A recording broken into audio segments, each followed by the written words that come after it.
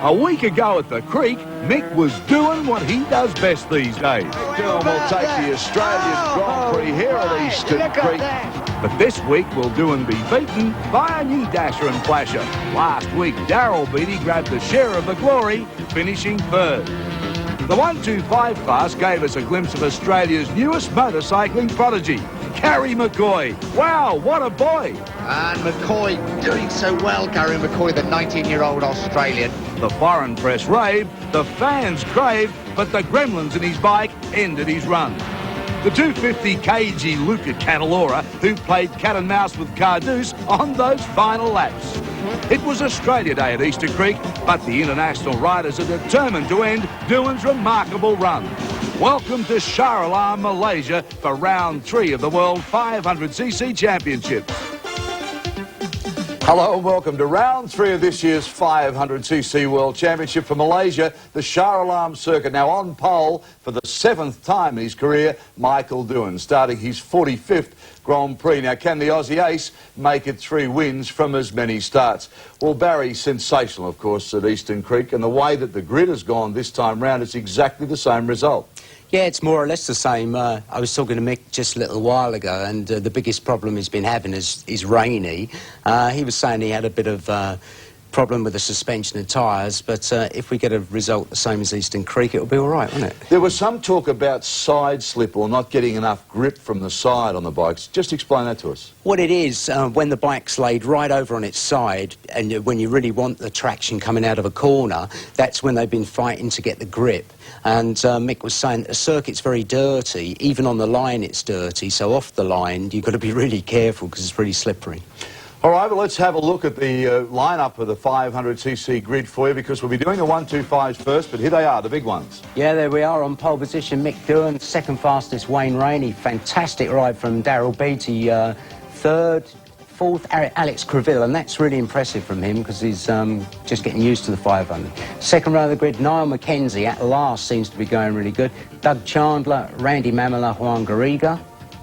Third row of the grid, Peter Goddard from Australia, Alex Barros, Eddie Lawson, Miguel Gihamel. That's a good ride from Goddard there to get on the third row.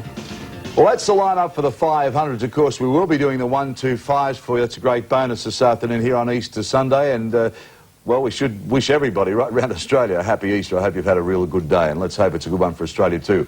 Last weekend, just turning the clock back a week, Sydney's Eastern Creek, 20-year-old Garry McCoy had the world motorcycling press in raptures with his first up performance on his 125cc bike.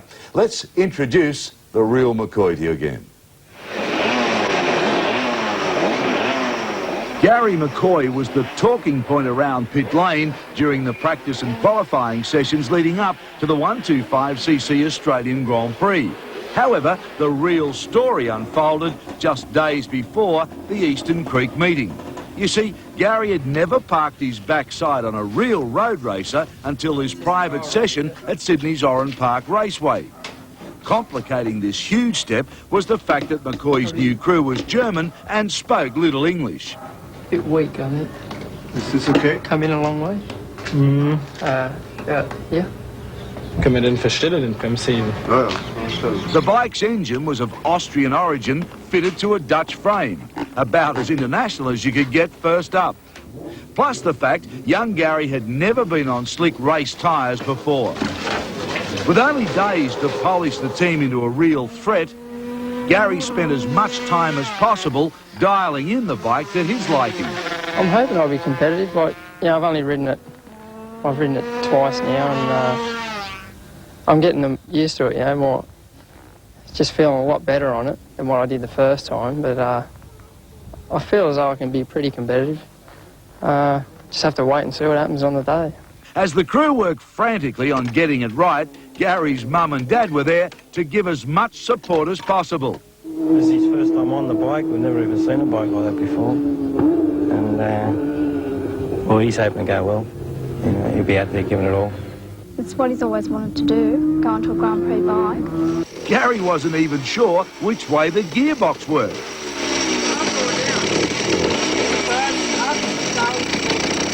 Another late afternoon fitting, and that was that. Next stop, Eastern Creek.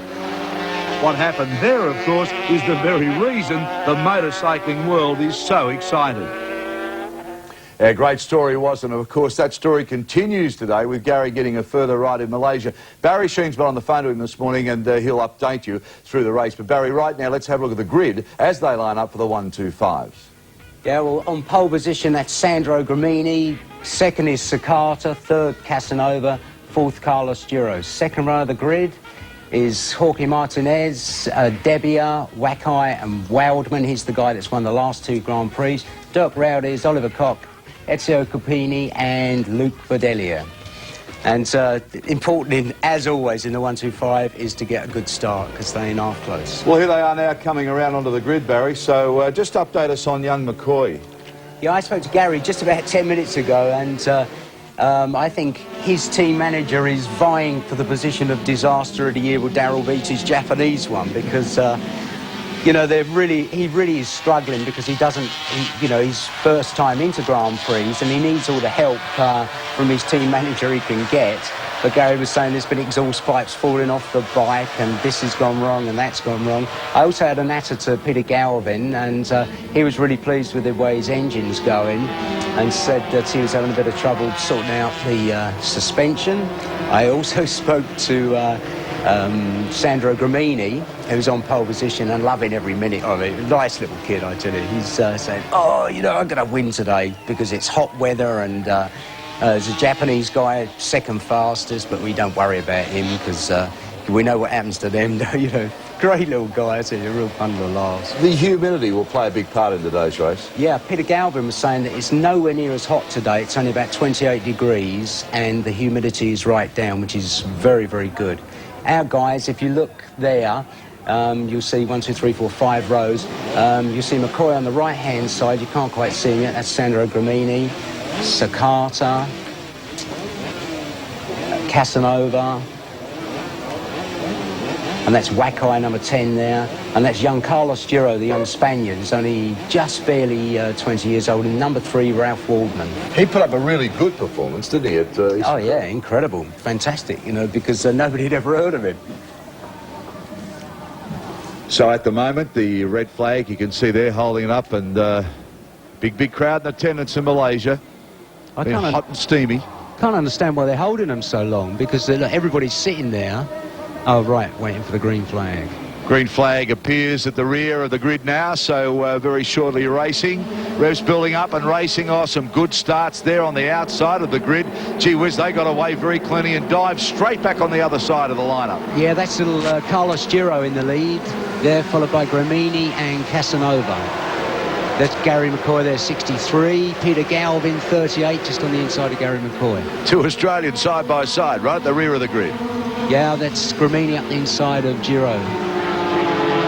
Duro is, gee whiz, he made a good start. He wanted to get on the other side of the track pretty quick too. Yeah, you know, he's just fighting for experience in the Grand Prix, and we saw the way he went in Japan, also in Australia. You know, he's a really good, very, very talented little guy. I wouldn't expect we'd see too much of the Australians during this race because they're well back on the grid. That's to be expected, I guess. Gramigni out in front now from Giro, but gee whiz, they've acquitted themselves very well in the last 2 weeks, haven't they? Oh, yeah, fantastic. You know, when you consider this is the cream of the cream as far as World Championship racing is concerned, and to be going as well as they are, you know, you've got to hand it to them. Big field, Barry, too. That's healthy, isn't it? Well, it's healthy, and the competition in this 125 class is just unbelievable. The bikes are much of a muchness. The fastest bike would probably be only 3-4 kilometres faster than the slowest, so you can imagine how competitive it is.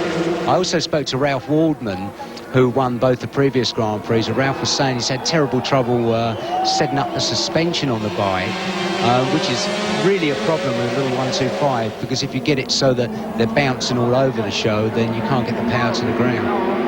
Well, Gramigni's made a bolt of a start, but under threat now. Is this Casanova? Yep, Casanova is the lead. And they're sort of semi-teammates, so I don't think... He's very casual about his racing, Gramigni. You see there just a little blimp over his shoulder to see what was going on. And I saw there's Bordelia's on the way up. He's another, you see they're just in 4th position. It's so competitive, the 125. There's guys that you've never heard of, all of a sudden are right up the front there, and I would expect the Japanese to go pretty good at the beginning of this because they're very used to the hot weather and indeed race a lot in Malaysia. Well, Casanova was very impressive last weekend without any luck, of course. Gramigni just rode so well. Yeah, he's a great little talent, Gramigni, and both these bikes, 15 and 39, they're both Aprilias, both more or less the same. And actually, in fact, the third place guy, Giro's on an Aprilia, so it's good to see the European factories having a go at our friends. And Waldmann might have to do it from behind again. Gee, he's had to do this a few times this season so far. Well, he will, but I think you'll find what he doesn't want to do is go and make a mistake there. You see Waldmann, that's the sort of fluorescent colours in 7th or 8th place at the moment. He's very conscious of the fact he's won 2 Grand Prix and he doesn't really want to go and blow his points lead. So he's going to have to take it, go as hard as he can go, but it's a difficult situation to be in because all the time you've got that playing on your mind. You see number 6 coming up there, that's Martinez, the ex-world champion. When you are riding these machines, I mean, you get back as far as Waldmann is now, and he has been in the last couple of weeks. When do you start to panic to say, I'm too far off the pace here? Well, with a 125, it's very, very important slipstreaming, that is to get behind a bike so the bike in front of you breaks the air to enable you to get through the air quicker. And as soon as you lose the leading pack, so you can't slipstream anymore, then it's really a hell of a job to catch up. See all the riders having a real quick look over their shoulder because they've got to know exactly who's where in these sort of races, because we've seen it in Japan, we saw it at Eastern Creek. You can have someone sitting back 4th, 5th and 6th, all of a sudden they're going to run out of a couple of corners and they're right with you. Yeah, that's exactly right. You would say that number 6, Martinez, is the worry man there. He's come up really nicely, just taking it easy, getting everything sorted out. It's quite a long race for a 125. Gramigni keeps, when he makes such a performance, having a look over his shoulder. Shades of Kevin Swan some years ago. Yeah, it's not the ideal sort of top 6. It's not the ideal thing to do on a 125 because you only have to sort of put your head up out the screen and you see the speed drop off, the rev counter, the revs drop down, which shows you're losing speed. You see that Waldmann's in 5th place and he's catching up, so he's a clever guy, Waldmann. So Casanova at the moment doing it right in Malaysia. We'll be back shortly. Stay with us.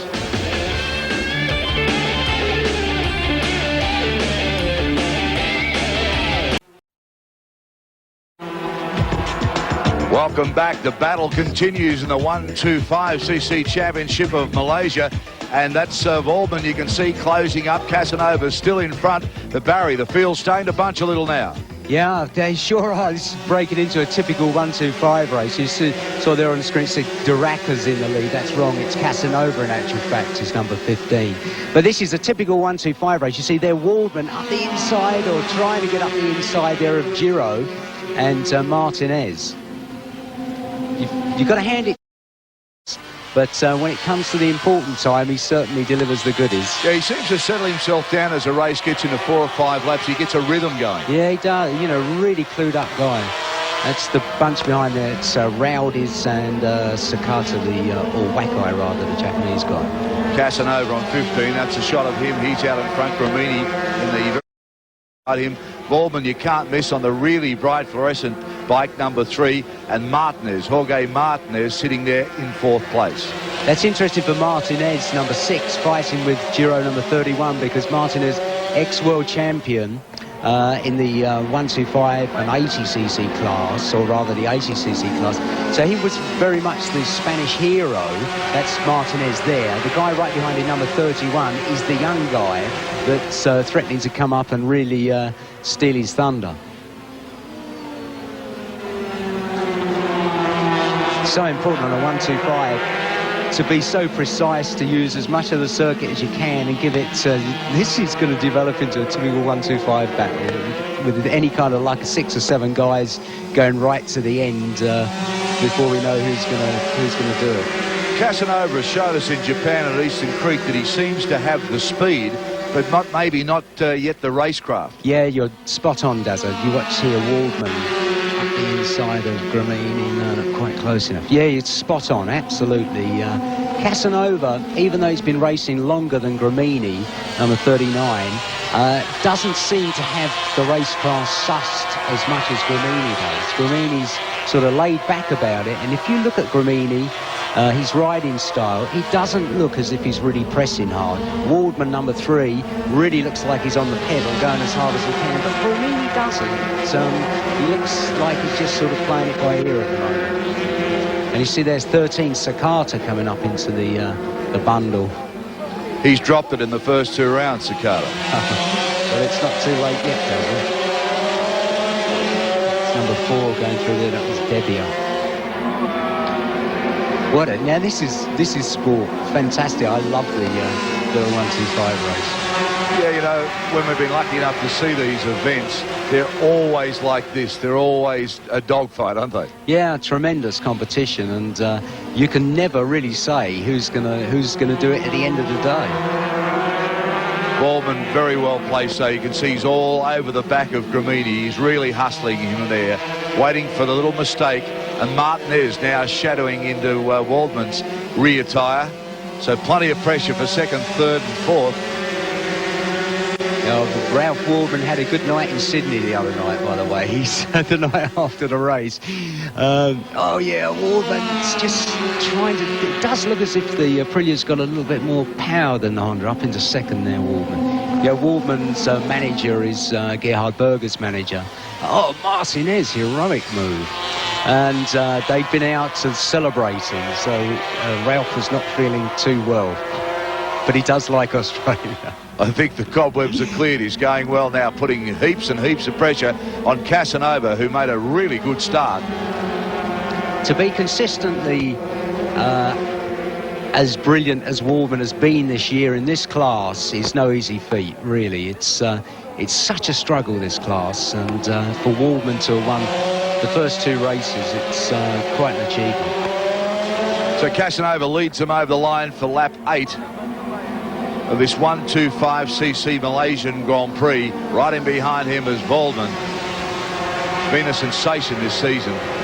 But really, the top 4 have ridden so consistently, there's really been just nothing between them. No, you're right there. I was just looking, it looks as if Waldmann's bike's just a fraction quicker on acceleration than Casanova's bike, although Casanova and Gramigni's bike seems a little bit better on top speed. The circuit suits the 125s? Yeah, it does. It's a nice flowing circuit. There's no stupid little Mickey Mouse. Looking at Waldmann's bike there, it looks as if the tyres are starting to get a bit hot. There's no Mickey Mouse dopey little chicanes, and the 125s don't respond really well to circuits like that. It's a really good circuit, 125s and 500s. So Casanova having a big look over his shoulder. He knows exactly where Waldmann is, and Waldmann just keeping that pressure on. Gramigni now back in 3rd, Martinez in 4th.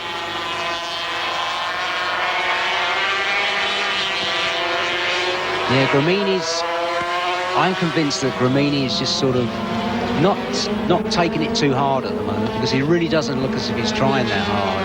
Waldmann looks like he's the one that's really working at it. You look at that rear shot there, Waldmann's got it hanging right out.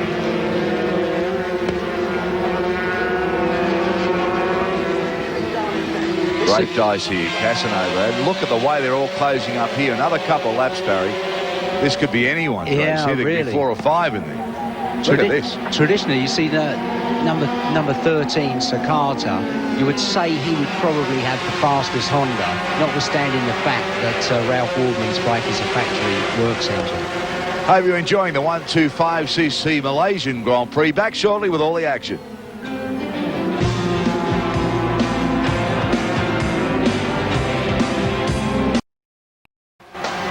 Nice to have your company right round Australia. Casanova, Waldmann, Giro now up into 3rd, Gramigni, Martinez and Sakata. They're the top runners for you at the moment. Just reminding you, at 3:30 our time, the 500cc's will come out and play. And of course, Michael Doohan starting from pole on that particular race. But right now it's the 125s, and what an entertaining race it is once again. Oh, unbelievable. Definitely Waldmann sizing Casanova up to have a go at him, because He's just the way he's been riding and just looking, coming into the corners. And having said that, he's just dropped back 15 feet. But the big improver is Giro. Yeah, unbelievable. Little Carlos Giro comes from a really talented family, and it's obviously worked out in his genetics. You've known this youngster for some time. Yeah, a long time. I took him around the paddock in Spain when he was 3 years old on the tank of the bike. Yeah, look at Waldmann. He's definitely sussing Gramigni out. So Casanova right. out in front. Casanova has this thing where he leads and he seems to absorb all the pressure for so much of the race. Yeah, he does. I'm just looking there. Alessandro Gramigni's dropping back now. He's behind Martinez. And if he was just sort of taking it easy, it's about time he turned the wick up, because you look at these two in front, they're really going, yes, maybe. No. Yeah, he's going to have to go some, because he's dropping back here any moment now. Now that should give Waldmann enough power at the end of the straight just to get past. No, not quite. To me, Casanova seems to look the wrong way all the time. He seems to look to his outside, but Waldmann's trying to run the inside. Yeah, you just never know which way they're going to come past. But you would have to say, racecraft-wise, then Waldmann has got it taped. You know, if there's a bright guy that is going to win just on being bright, so now that won't have done Casanova any favours at all leaning over there, because see Waldmann's got some kind of problem. You see he had his left hand off the handlebar there, fiddling around with something. So I don't know what he was playing with, but well, he hasn't lost any ground because he's closing right up once again. Giro holding on very, very well, and Martinez in behind him. Yeah, at all costs, Martinez is going to want to beat Giro. It's definitely, there's no doubt about that.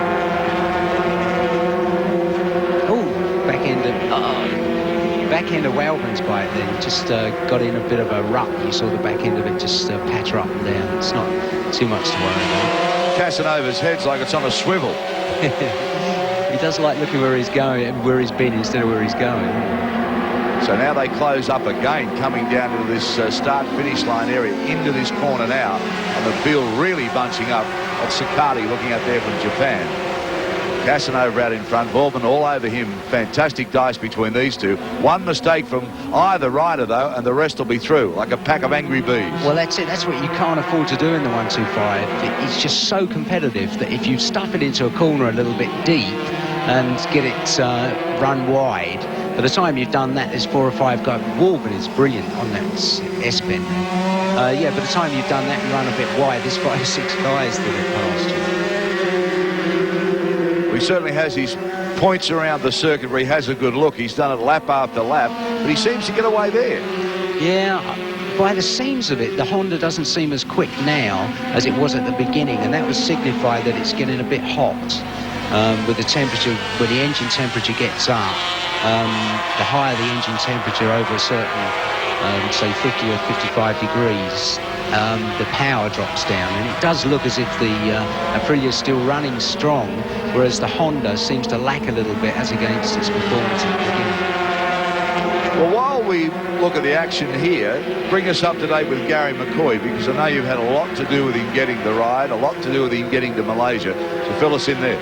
Well, he's enjoying himself. You know, it's a great experience for him, obviously. It's the first time he's ever been outside of Australia. And it's just a big... Now, Waldmann's looking to have a little go. Yeah, it's a learning curve for him. He's learned how very important it is to have a good team manager, how to have somebody to look after you, to teach you things, so that he can just concentrate on his riding. And he doesn't really have that at the moment.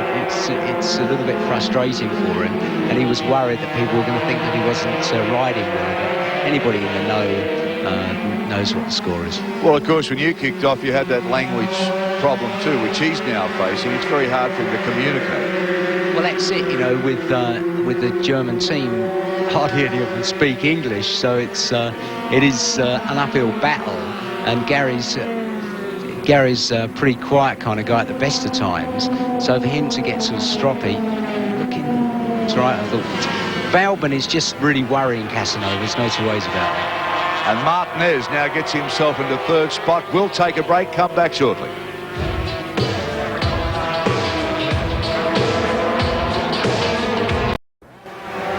Well, that happened just whilst we're in the break. Unfortunately, we said we probably wouldn't see much of the Australians. That's the sight we didn't want to see, Barry. McCoy down. Yeah, we didn't see what happened, but thankfully he's all right. That's the main thing. That's the only thing in actual fact. So it's still Casanova, Waldmann, Gramigni, Martinez, Guerrero and Sakata, the top runners for you. And we'll try and get an update on Gary McCoy coming down. And there he is there, Barry. Oh, at least he's sitting up. That's the only thing that's important. Seems like he's holding his leg or something, but anyway, at least he's okay. Back live now, Wow. and look at this battle now. Look at this. Now you see, this is Alessandro Gramigni. So all of a sudden, I must have been right, because he was so far back and he looked like he was taking it really casually. It seems now for sure as if he was catching his breath, you know, to have a real good go at the end of the day. Gee, Casanova's done a fantastic job, though. I mean, he's taken the lead on the first lap, and he's withstood so much pressure. Yeah, he has, but the problem is that it all boils down to racecraft, because you see Casanova is still out the front there doing all the hard work, which he has been doing the whole time. Wow, Waldmann, how heroic is that? Maybe you'd have to be a hero. And you see now Gramigni's come right up. It's quite incredible that Gramigni is as bright as he is so early on in his career. Martinez also very brave up the inside in that section of the track. Yeah, Martinez is Martinez is a really experienced, you would have to say is the most experienced guy in this. Yes, Waldmann's got it. Yes, now if you can just hang on to it. Got it. Well, this will be interesting now, because he's had to fight every time he started this season. He's come from behind Waldmann, and look at him now. He's in front. Can Casanova come back? And Gramigni now throwing out the challenge. But here comes Martinez. It'll be really interesting now to see if Waldmann plays it the same way as he has done in the previous two Grand Prix, in that he's taken his time to get into the lead, and when he has done, he's really sort of put the pressure on. But these two, it's the mafia job. You're seeing Gramigni's definitely quicker than Casanova. Gee, Gramigni on the outside then. Oh, big move. Didn't quite come off, but he certainly showed him where he was. Certainly is a brave little guy, Gramigni. There's no two ways about that. So Guerrero's still there too. He's been hanging on very well. He's been up as high as second. Now back to fourth. Tucked in behind Gramigni. Martinez in behind him. It's unbelievable that Casanova's looking over his shoulder now, you know, to worry about who's behind him. You know, the thing he should only be interested in is Waldmann, to get past Waldmann. Look at this, how about... Oh. It is going to be a very, very interesting last couple of laps. When you think about it, this race is 101 kilometres long. The 500's 119. So it's only 18 kilometres less than the 500, but the 125s are going that much slower. That is a very, very long race, long, hard race at this sort of pace. Exhausted in this heat too. Oh, yeah, because the 125s obviously aren't as heavy as the 500s, but they're still very difficult little bikes to ride and go quick. So they come across the start-finish line again to take on lap 22 of a 29-lap race. Waldmann, who has sat back and played cat and mouse with Casanova. Gramigni's been there. Look at Martinez ready to pounce too. Yeah, it's a close old race. Rowdy's number 8. He's ridden a good race, and they're don't forget these Gramigni and Casanova are sort of semi-teammates, so they won't be. How about that? He passed him on the inside once, and then the other guy on the inside of the other corner. Gramigni, big ticker, hasn't he? Like he'll try any angle anywhere on the circuit. That's a great thing about him. You know, he's a real good fun guy to watch. All the time, Martinez sort of gaining ground on him by with his antics. Yeah, you see, it's interesting to see that Grassini, second in last year's World Championship, is nowhere in the hunt. He fell down in practice, and he did start in the race. Oh, Casanova, not quite. He did start in the race, but obviously was suffering from his injuries sustained in the in his practice tumble.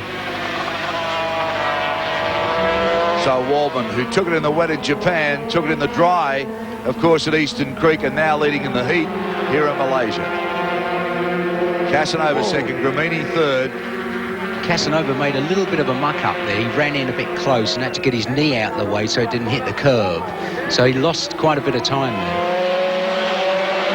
So as this 1-2-5 battle continues, as they flash across the start-finish line for lap 23, we'll take a break, come back with the closing stages.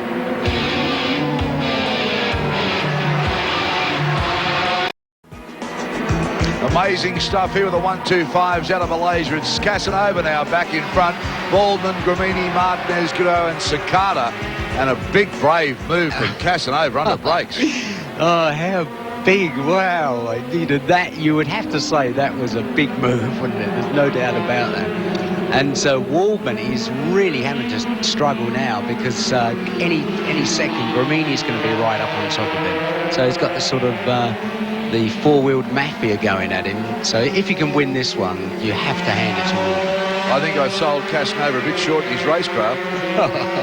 I don't know about his bravery. Nobody would sell him short on it. So now Waldmann to do it all over again. Of course, he chased Casanova for so many laps, took him, but Casanova came back, and here's another big move from Waldmann. Wow. Now, you see that where Waldmann was flat on the tank, his head right under the screen, to go through... oh, no, he's lost it. No. Yes. He just ran in a little bit wide. He's going as fast as he can go, and he ran a little bit wide, and Casanova just managed to keep a tight line. That's an exact repeat of how Casanova took the lead just a couple of laps back. He's got him again. Should just about do it. Oh, no. Unbelievable stuff here. See, Martinez, the back one of that group there, he's the one that really stands to capitalise if they make a big faux pas up the front, you know, sort of rush in to the corner and outbrake themselves and somebody else, and it all gets in a terrible state, then Martinez all of a sudden can end up leading the thing. And Gramigni sizing up Waldmann now for a go. Oh, what about that? Great. Incredible move into that. To get in there that tightly as he did. And Waldmann should have a little bit better run out of that. Yeah, better change of direction so he might get a run. No, it's too much of a series of corners. So Gramigni now, he shows what he's made of to come into second place. Guerrero in fourth, Waldmann third, Casanova in front, then Martinez. With the proverbial blanket over the lot of them, with only a couple of laps to go. Look at Gramigni, round the outside again. Wow. Wow, now they'll get him on the inside again. Casanova's done that to him twice.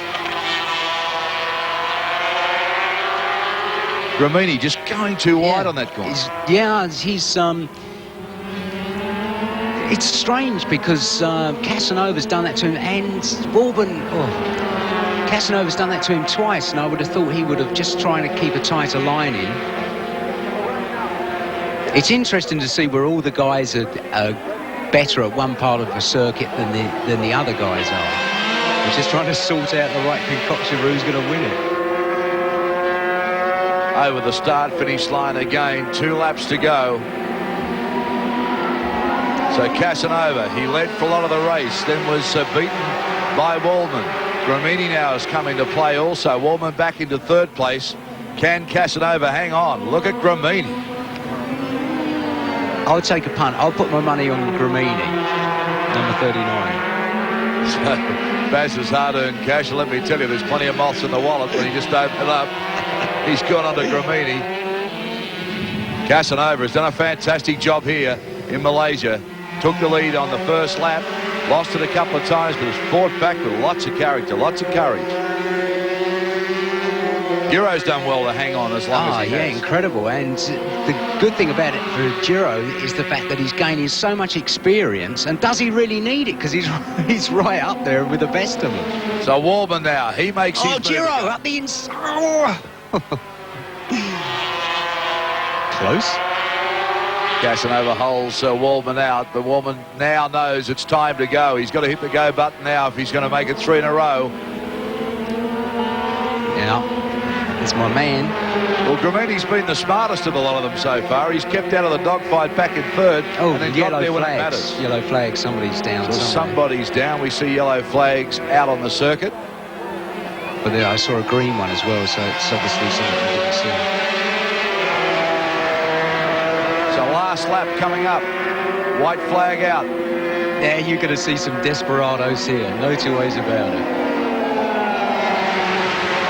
Gramigni, if he's not careful on that last vital change of direction, that's where Casanova's going to have him. And on the last lap, probably more space between them than we've seen for the last 10 laps. Yeah, but where? Well, he ran wide through their last lap, so he's done a better job this time.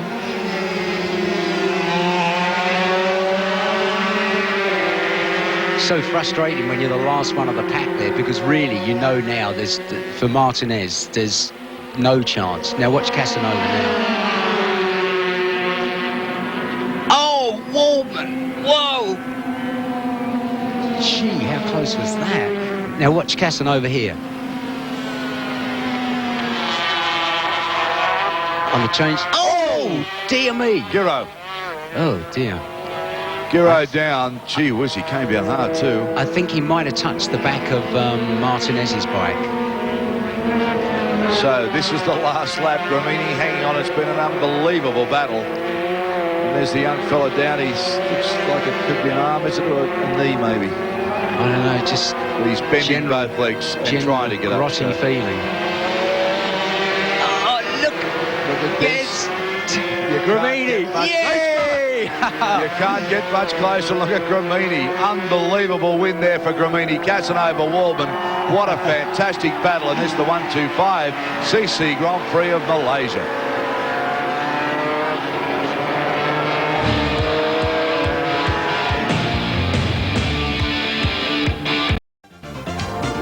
Well, no doubt we've watched that race right around Australia. Look at Gramigni. Fantastic. His second Grand Prix win, taking out a classic 125 dice. And Bazza, he's a pretty happy chappy. Oh, yeah, fantastic. I thought it was his first Grand Prix, but I remember now he won in Checo last year. But, that summed it all up, the old clenched fists and yabba dabba doo. So nice for him. And it was a great dice, was another classic battle of the little bikes. Yeah, just a typical, honest-to-goodness 125 race. I wouldn't think Waldmann will be too disappointed. Sandro getting a drown in there. And there's the results there. First, Gramigni, Casanova, Waldmann, Martinez, Rowdies, Sakata, and our own Peter Galvin was 14th, which isn't too bad. Championship positions now. Ralf Waldmann, Sandro Gramigni, Bruno Casanova, Wackeye, Martinez, and Dirk Rowdies.